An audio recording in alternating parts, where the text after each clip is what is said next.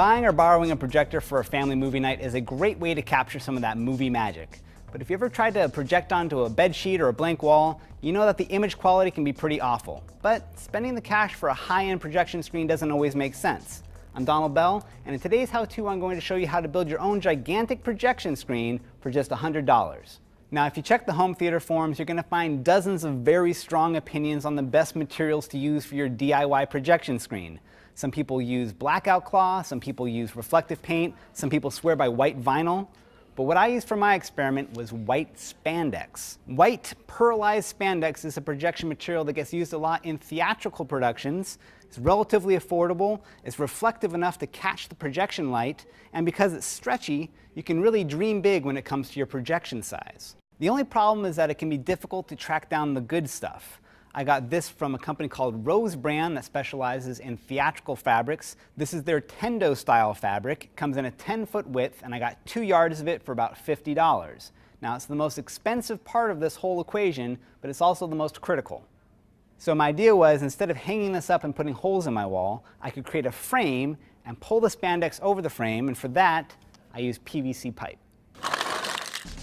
It took some planning and some trial and error, but $45 worth of 3/4 inch PVC pipes and joints gave me a fairly solid, self-standing, 10-foot wide framework for my screen.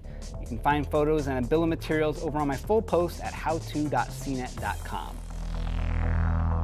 So for the next step, I had to try to figure out how to stretch the spandex over the frame. My first idea was to use bed sheet clips on the corners, but the end result got the screen all bunched up. It looked pretty ugly. So my bright idea was to actually fold the spandex in half and create a pocket by sealing the edges and then pulling that over the frame. Only problem is, I don't know how to sew. And I wasn't about to get started on $50 worth of spandex, so instead I used this. This is fabric adhesive tape, also called Stitch Witch. With this and an iron and about 20 minutes on the floor, I was able to get a reasonable stitch on this and seal up both edges like a giant envelope. Now, the stitch doesn't have to be perfect. It's all going to get stretched out anyways. And if you turn it inside out, like a t-shirt, it actually looks pretty decent. Looks better than you'd think.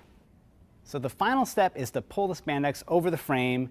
But before we do that, I just want to point out one thing here on the design that I learned the hard way. When I first made this, there was a bar going right down the middle, but because it was flush against the fabric and the fabric had a little transparency to it, it caused a shadow on the screen right in the middle, and it was a total deal breaker.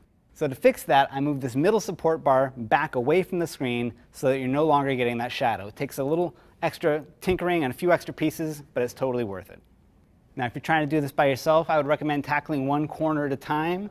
Going back and forth, you can try to pull the fabric tight to take out any of the creases or wrinkles that might be in the fabric, and then tighten things up in the back by pulling it over that hump in the back there, and then pulling it down tight, and then you're going to have a pretty good looking screen, hopefully. And just realize that once the lights go out, you're not going to see a lot of the wrinkles and creases you will see in the light of day. So there you go. This is the final result, a 10-foot wide screen that you can take anywhere, all for just $100. And the best part is you can break it down and store it in your closet. It doesn't have to hang out in your house all the time. It may not be cinemaphile quality, but I'm pretty proud of it. For more how-tos like this, you can head over to howto.cnet.com, and for more on projectors like this Epson 5020 UB, you can go to cnet.com/projectors. I'm Donald Bell for CNET. Go out there and make something cool.